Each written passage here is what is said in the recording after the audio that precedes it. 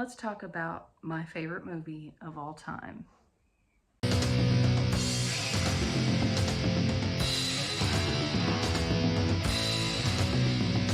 Come on!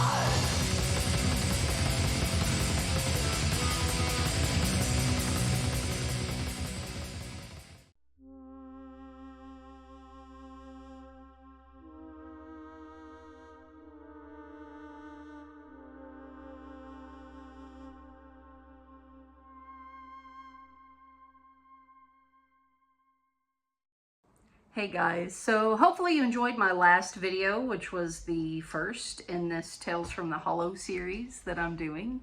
And if you haven't checked it out, maybe you want to before you watch this. It's a lead up to this point. I just basically talk about the first 5-6 years of my life and how by that time I was already pretty much a legit seasoned horror fan. I wanted to make this video as kind of a bridge between the early days leading into the next years of my life, because this is kind of what shifted my fandom, I guess you could say. So yeah, if you want to check that out first and then come back, or just stick around. I also want to preface, this is not a film review. This is my story going down memory lane about this movie. So, and there's plenty here. So let's dive in. Let's bust open these fucking gates. Okay.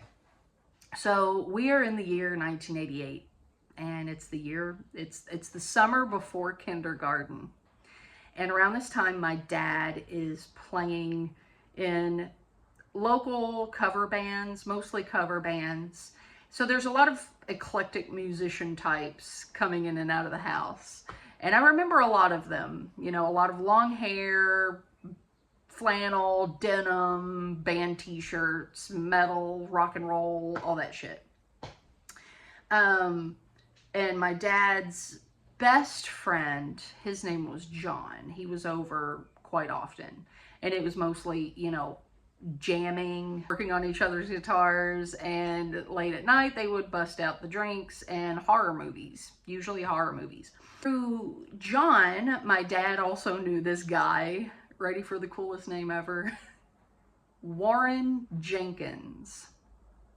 And I actually wanted to name either one of my sons Warren. I wanted Warren. It's kind of ridiculous, but you know, may his name live on in my video here. Warren, my dad describes as just being extreme. He was just very extreme.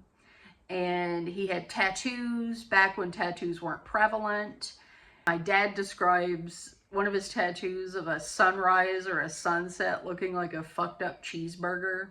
So anyway, he also had extreme pets. He had tarantulas.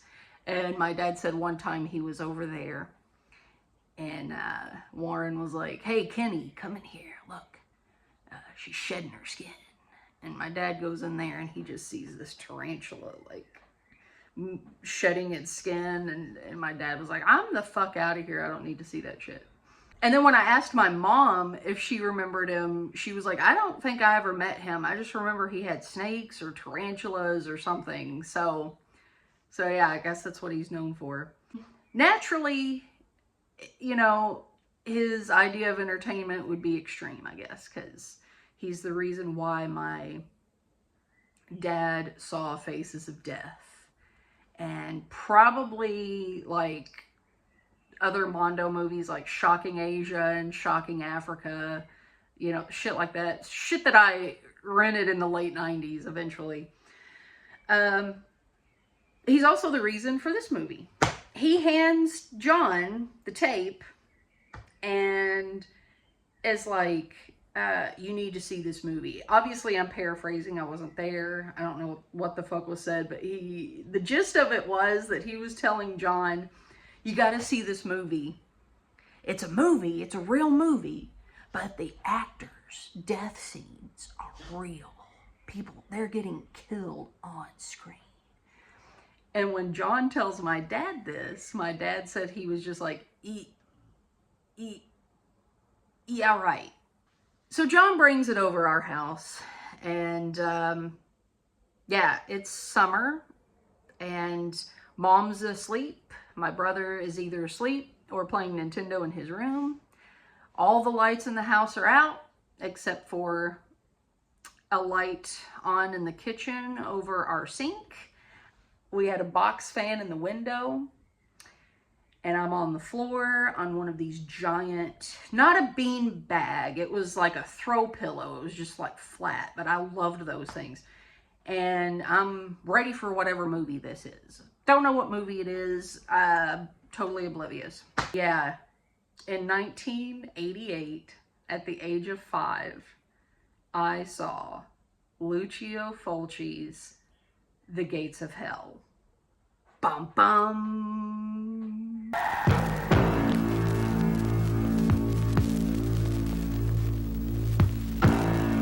So I watched the whole movie.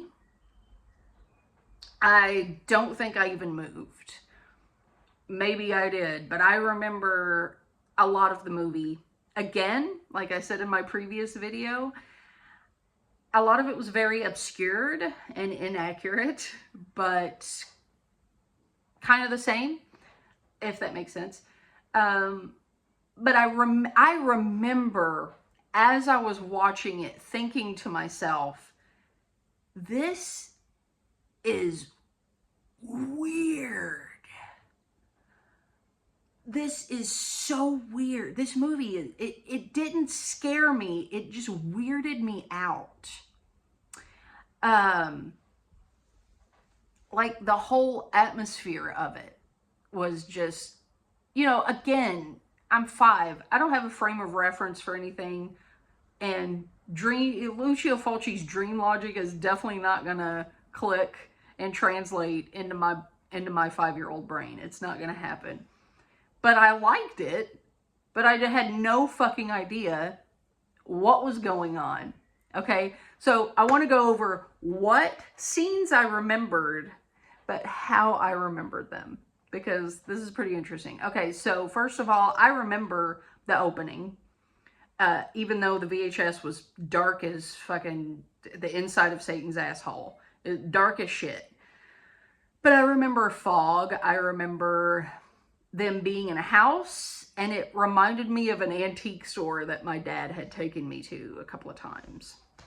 I remembered her being buried, but I thought she was stuck in a wall. Like, that's how I remembered it. I thought she was stuck in a wall. I remember the bar scenes with, like, the faces. I just remember faces in this movie. Because I had never really seen a movie that had like the close-up of faces.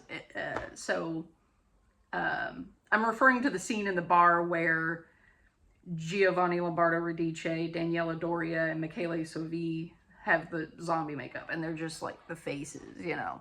I remember Emily's face. I remember all of that. I remember the head drilling scene. But I remember it as they stuck his head in a car and then like revved the car. I don't know. Even that, I don't know what I was thinking. The two most vivid memories I have are the gut puking. And even that is like kind of, how I remembered it was that she was just puking blood. And then her face was falling off. And then someone rips her face off, and then she falls backwards. That's how I remembered it. And then I remembered the very, very, very ending in the catacombs. But I remembered it as them being in a basement. And, yeah. And then that's it. And the movie, after I saw it, just haunted me because I didn't know the title. And all of the images kept popping up every now and then. Like one morning I was waking up from sleep and I was in that hypnopompic state where you're not fully awake and you're still kind of asleep. And it was foggy outside and someone across the road from us was running a chainsaw. And I could have swore I heard someone screaming my name. and I looked out the window and I could see the faces that I remembered from The Gates of Hell. Like, that's what I'm talking about. Like, it would just randomly pop up, and then I'd be like, what was that movie? What was that movie? For so many years, it was, what was that movie? And I even remember one morning soon after eating oatmeal and thinking of the blood puking, because I didn't know that it was her guts. I don't, again, no frame of reference. And eating the oatmeal going, oh, sickness. I used to say that all the time when I was a kid, by the way, sickness. Years go by, and we are now in 1992. We have moved, and we live even more backwoods. We're basically in the middle of the woods in a clearing with an old dilapidated barn that freaked me out, an old storage building that freaked me out, and I had weird dreams about dead children in it. It was kind of a weird house, but I loved it. And the ravine, our driveway was really long, and the ravine next to our driveway had old cars just down there, and my brother and I used to joke and say, oh my God, what if we pop open the trunk and there's a body just like, you know, decayed and melted in there? And my mom would be like, would you guys stop? Loved living out there, but we didn't have cable TV. So I turned into this voracious reader. And I would read anything. I'm talking about like Babysitter's Club, Sweet Valley High, Girl Talk. But yeah, most of the time it was horror books. Horror books. Those were the ones that I bought. I wouldn't buy like other books. I just bought horror books. I only owned horror books. Scary Stories to Tell in the Dark, that all of those. Still got them. So yeah, Scholastic Book Fair rolls around, and I picked this up, this box set. And the first book I read is Ghost Beneath Our Feet. As I'm reading this, I'm imagining the house, the New York apartment, but in my mind it's a house in The Gates of Hell at the very beginning. And then there's a scene where she's describing like the cobwebbed parts of the house, and I'm thinking of the ending of The Gates of Hell. Like, I'm starting to imagine my book settings as how I remember The Gates of Hell. And then there's a creepy scene where she like turns with a flashlight down a hall, and she says she sees a figure moving, and it's a mirror. And like, I don't know why that freaked me out. Like, I thought that was freaky. Anyway, this book triggered it again. I was on the what the fuck was that movie path. Probably not wording it that way because I was, what, 9? Anyway, probably was, but I'm already also into, you know, horror movies and renting horror movies. My favorite movies at that time were Night of the Living Dead and Children of the Corn. I asked my dad if he remembered the movie. And at first he kind of just brushed it off and was like, no, I don't know what you're talking about. And I wasn't even giving that much of a description. So I started to just kind of be like, okay, what the fuck was that movie? What was that movie?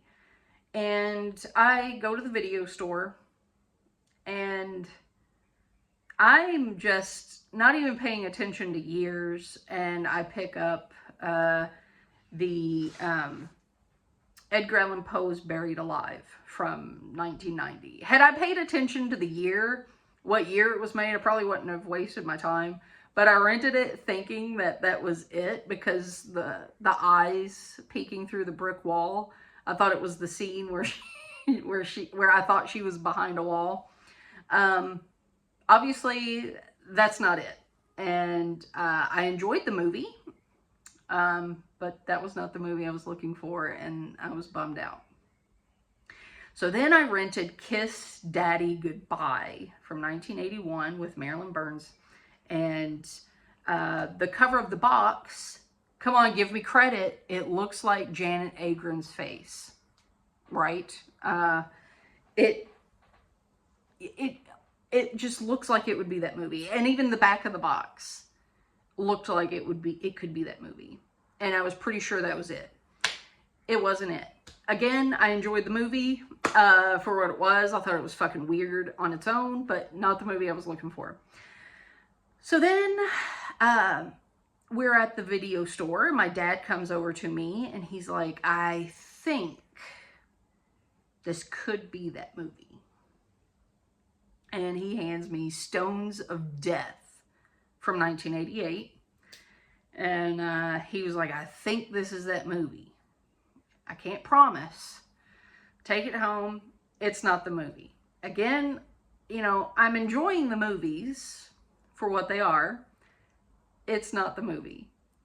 And Dad's like, okay.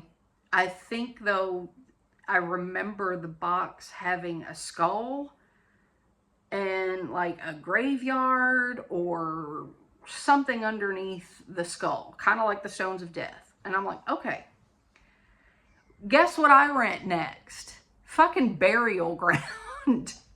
I rented Burial Ground. And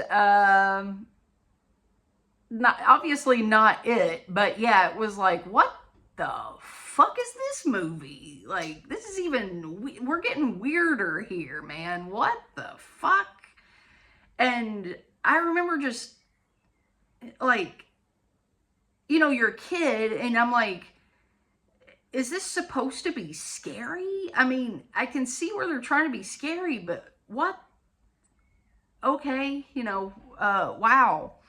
And then, yeah, that became a movie that I obviously rented a few times through the years, and I wanted to make a Chode Fest out of it. Chode Fest was a series of cassette tapes I recorded in late 90s, early 2000s, but I never did. I don't know why. Anyway, so after that letdown, I go to my dad, and I would do this thing with my dad where wherever he was, if I was upset about something, I would go in there and sit down and just go,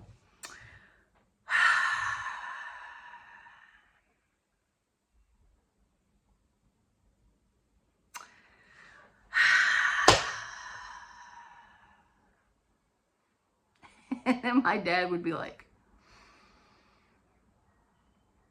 yes. And I'm just like, I'm never gonna find that movie. It's getting on my nerves that I can't find that movie. And my dad's like, honey, I'm sorry. I'm really trying. I'm really trying. And he's like, I kind of remember it. I don't remember the name. Then he tells me, I believe, I feel like the word death or dead is in the title. So I start back on my search, and I don't know what order I rented these in, but I rented Garden of the Dead from 1972. I rented Diary of the Dead from 1976, which that one was, I remember that one being very boring, and a movie has to be very bad for me to find it boring. And I found that one very boring, and I was very bummed out by that movie. Then I rented Curse of the Screaming Dead from 1982. That's also known as Curse of the Cannibal Confederates. I should have written that down. I'm pretty sure that's the other title. And then I rented Curse of the Blue Lights, just because that reminded me of a Scary Stories to Tell in the Dark story, and I thought maybe that could also be it, from 1988. None of those movies were it, and I kept going and I kept going, and I thought to myself, I'm just going to go from A to Z. And at this point, we had a new video store that we were going to, and it was called Fun Flicks. Later, Circus Video, a small chain, bought it out. But, and then the horror section became even more, like, bountiful. But this place was pretty big. It wasn't the biggest movie store we had in town, but they had a very good horror section. It was, like I said, when it became Circus Video, it was even more amazing. But we're in 1992, and it's Fun Flicks. So I'm like, I'm just going to go A to Z. Out of all the fucking movies that Fun Flicks had, they didn't have The Gates of Hell. So I wouldn't have even found it here. But this was where we were renting from because it was closest. We also rented from a grocery store called Sureway, but they didn't have a very big horror section. So I kind of gave up and kind of lost interest, but I was still renting anything and everything, and I'm talking anything and everything. I Spit on Your Corpse, which nobody remembers that movie.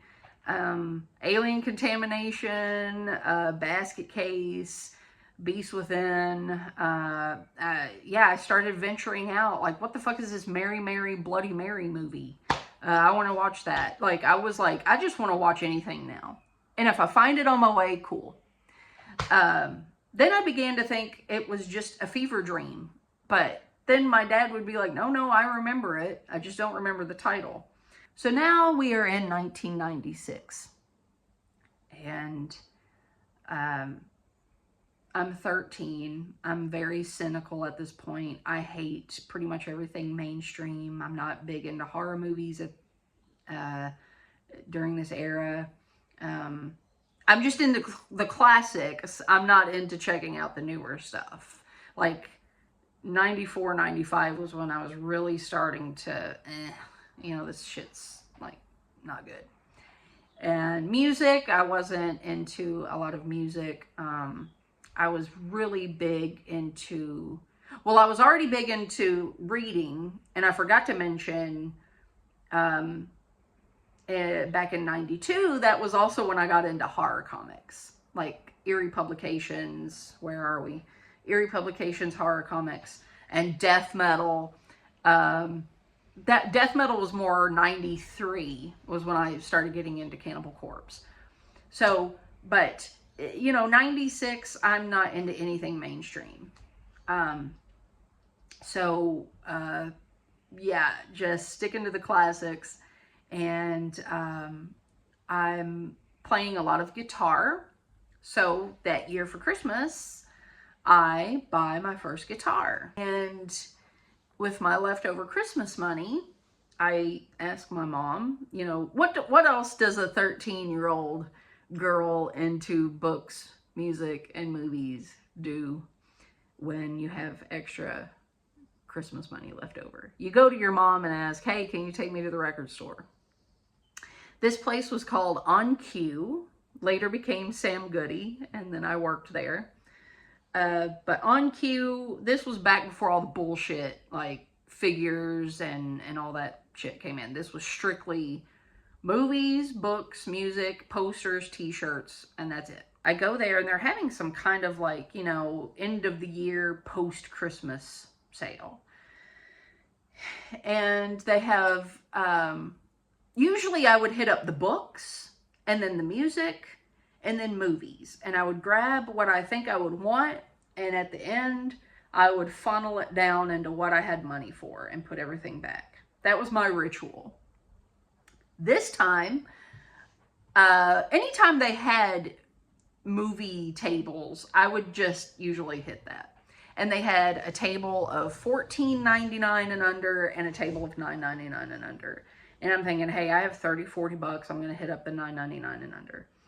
And I, of course, go right towards the horror section. I dive right into the horror section. And they're all laid out to where you can see, like, the spines, I guess. And the first thing I see, Deadly Friend. And I'm like, fuck yeah. This very copy is coming home with me tonight. I've already rented this enough to pay for it 9 times over.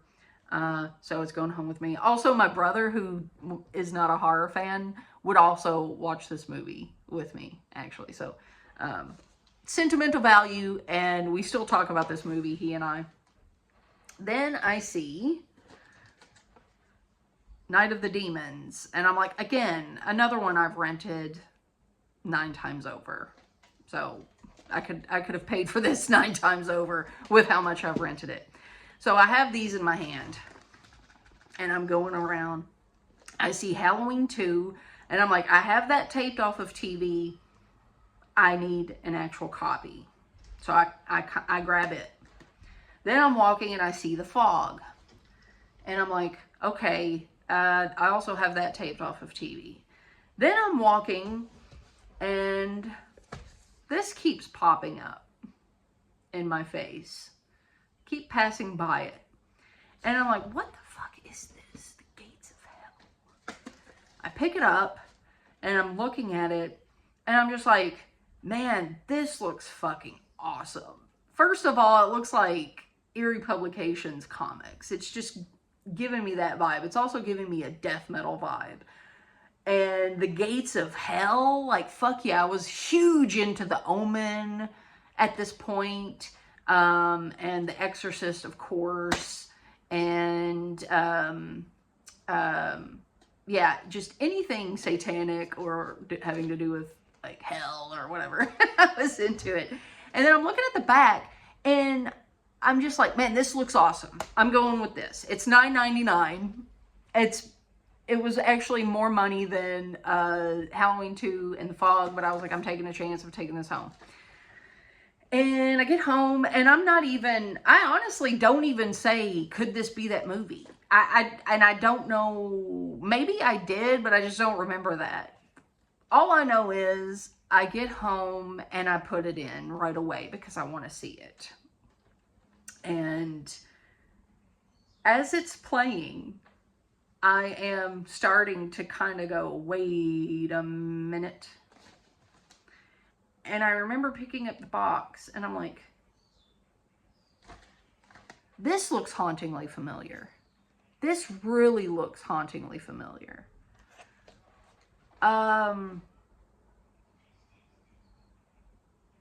Could this be the movie? Could this be the movie? What solidified it was the gut puking scene. But even as it's going along, I'm like, I think this is that movie. Oh my God, I think this is that movie. I think this is it. But it wasn't until Michele Soavi's head is ripped off, and I see the image of what I thought was her face being ripped off, falling backwards.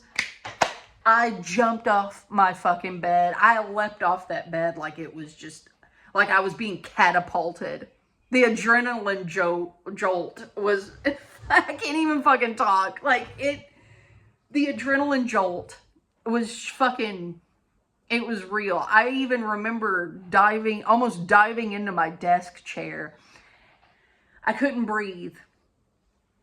And I was like, this is that movie. And I'm yelling. I'm like, oh my God, oh my God, oh my God, oh my God, oh my God, I found it. And my mom is coming back. I hear her walking back to do laundry, which, by the way, yeah, our house, my room, we've moved to town. We are no longer backwoods. We're in town. We've moved once again. And this house was like, they told us it was an old funeral home. I don't know that it was. It was kind of laid out like one, though. And whatever my room was, I don't know what it was, but I was way in the back of the house. You had to walk through the hallway, and then there was our kitchen, and then you walked through the laundry room, and then there was my room. Like, you had to walk through rooms to get to my room. And so my mom comes back to the laundry room, and she's like, what are you yelling about? And I'm like, I found this movie. I kept asking Dad for years, what was this movie where this woman's trapped in a wall, and then another woman pukes up blood, and then it gets her face ripped off, and another guy gets his head smashed in a car, and then they're like in a basement with dead people. And she was like, yeah, well, you have fun with that. And I'm like, I am. Oh my God, I found this movie. And I finished the movie, and once it's over, I'm walking out of my room into the kitchen, and I'm just like, I'm going to remember this night forever. I'm going to remember this night forever. And I walk in the living room, and my mom is like watching Pretty in Pink. And I'm like, yeah, this is a good movie too. Yeah. And it was the scene with Molly Ringwald and Andrew McCarthy in the barn. And I'm like, I'm going to remember this for the rest of my life too. I'm just going to remember everything about this night. And then I tell her, when Dad calls on his lunch break, let me know, because I want to tell him that I found that movie. She's like, all right. So I didn't even, like, the phone rang and I ran into the living room to talk to Dad, because I knew it was going to be him. And I was like, I found that movie. And my dad's like, okay, and what would that be? And I'm like, you know, that movie that I was asking him for years about, you know, I didn't know what it was about. You didn't know the name. We saw it when we lived out on Wolf Hollow, and my dad's like, yeah, I remember. I'm like, it's The Gates of Hell. And he was like, oh, fuck. Okay, I remember now. And he was like, all right, well, I'm, you know, have fun. And I was like, yep, I bought it. And he was like, you bought it? So that's in the house. That's going to be in our house. You own it. And I'm like, yep. And he was like, well, fuck. I don't want to hear the music. I don't particularly, once was enough for me. And he still to this day says that. Now, my dad is kind of like an army man, kind of, you know, knows hand-to-hand combat, does not like The Gates of Hell. It unnerved him. Fair enough. But, yeah, after that, it was a tough act to follow. And 97, the following year, I actually didn't watch a lot of movies that year. I read a lot, wrote a lot of music, and kind of ventured away from horror. But, I mean, I was still hanging in there with it. But Gates of Hell, it really was a tough act to follow. 98, I got back into the swing of things, trust me. Through the years watching it, it has become more and more sentimental. And then, yeah, obviously you take note of, okay, well, who made this fucking thing? Lucio Fulci. Okay, what else has he done? And back then, we didn't have, you know, Google. We had reference books. So I had to search for the reference books that would have Fulci information in it. And yeah, I started hunting his other movies at our video stores, and I found them. I found Manhattan Baby, New York Ripper, House by the Cemetery, of course, Zombie. And wait, am I missing one? That's it. The Manhattan Baby, House by the Cemetery, New York Ripper, Zombie. Late 90s, I officially became a Lucio Fulci fan, and was hunting down anything and everything of his. And Zombie was always a fixture in all of our mom and pop video stores. So that was inevitable that I was going to see that one. And to know it was also the guy who made the movie that I was hunting down for years. Again, this is, when I say that this is the movie that made me the hunter-gatherer of horror throughout my life, this is why. This is why. And yeah, it led me down. I think I was already on the path to becoming just a consumer, devourer of all things horror, but this was the one that really, I like to say, macheted the fucking path. The weeds were fucking macheted down by the gates of hell, because I was determined to find this fucking movie for years. And then, yeah, after I found it, it was just, it was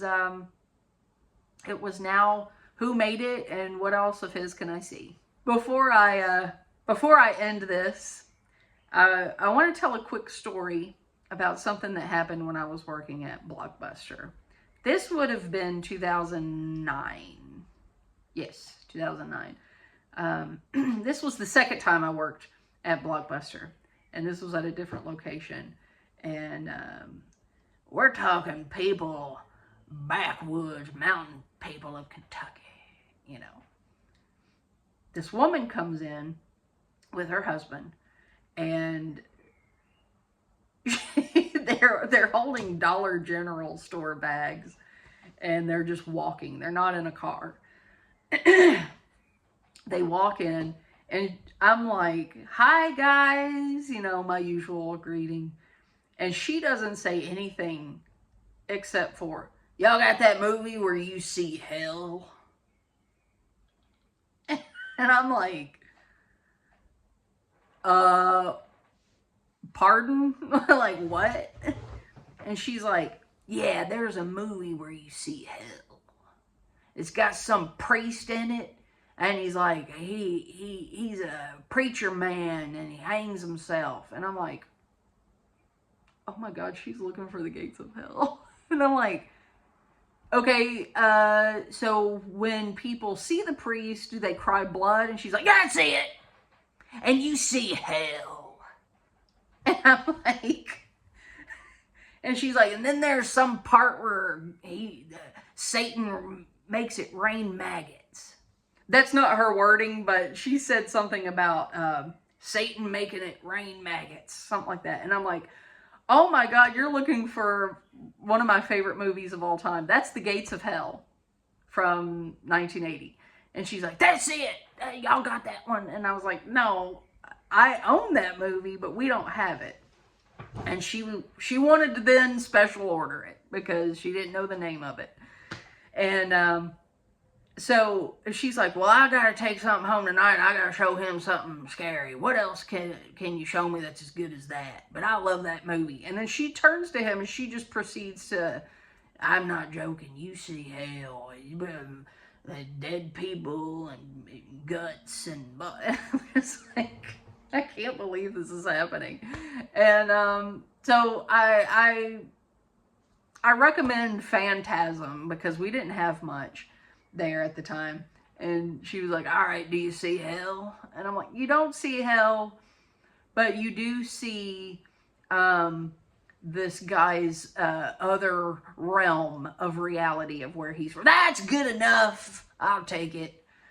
But I gotta see that movie where you see hell." And she's like, "I appreciate it. I thank you. I'm glad you knew that one. I was afraid I wouldn't find it." And so that happened. I love telling that story. Anyway, now, ending notes here. The reason why I call it the Gates of Hell is because in the 80s and 90s, those of us in the States who grew up in the States, we knew it as the Gates of Hell. We didn't know it as City of the Living Dead, and I don't care for that title. I know that it's a direct translation of the Italian title. I think it's weak. I think it's lame. I don't think that it sums the movie up properly. Gates of Hell is way more fitting.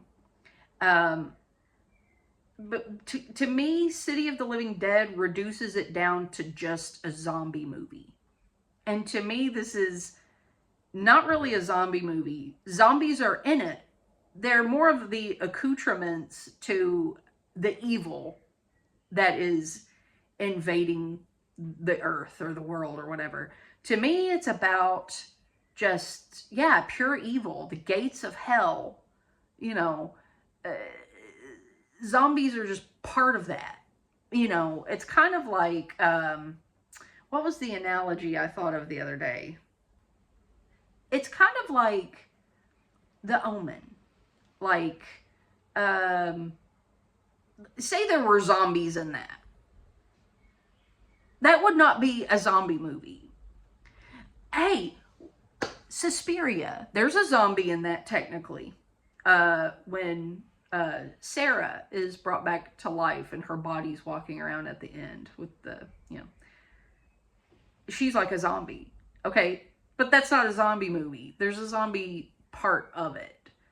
It's the same thing if The Omen had zombies in it. That wouldn't be a zombie movie. It would just be like, oh, this is a movie about the Antichrist. Here are some zombies also. To me, that's what The Gates of Hell is. That film is more than just a zombie movie. There's a lot going on. Plus, the zombies they have this supernatural ability to appear and then disappear and then appear and then disappear. Like, it's so dreamy and so nightmarish. And I just don't like City of the Living Dead. I never call it City of the Living Dead. And I've never really heard anyone gripe about that until the last couple of years. And people will think that they're really doing something when they say, well, I call it City of the Living Dead because that's, you know, those are the real people. And it's like, well, not us who are, you know, old and grew up in the 80s and 90s in the States. We knew it as The Gates of Hell. We didn't know it as that City of the Living Dead mess until, I didn't know it until the late 90s when I was reading a book and it was like, City of the Living Dead, also known as The Gates of Hell. And I'm like, excuse me? What the fuck is this City of the Living Dead shit? Like, that title's lame. I'm never calling it that. In the end, what you want to call it is all that splatters. And how you want to refer to it is whatever. Even if you wanted to call it Paura, which is the heading of the Italian title. There you go. We almost had it as Twilight of the Dead because they were going to piggyback it off of George Romero's Dawn of the Dead, of course. But someone in marketing was like, fuck that. They stripped off the title at the bottom, which was Twilight of the Dead, and put The Gates of Hell. And good job. Because what a title. It punches you right in the face. It,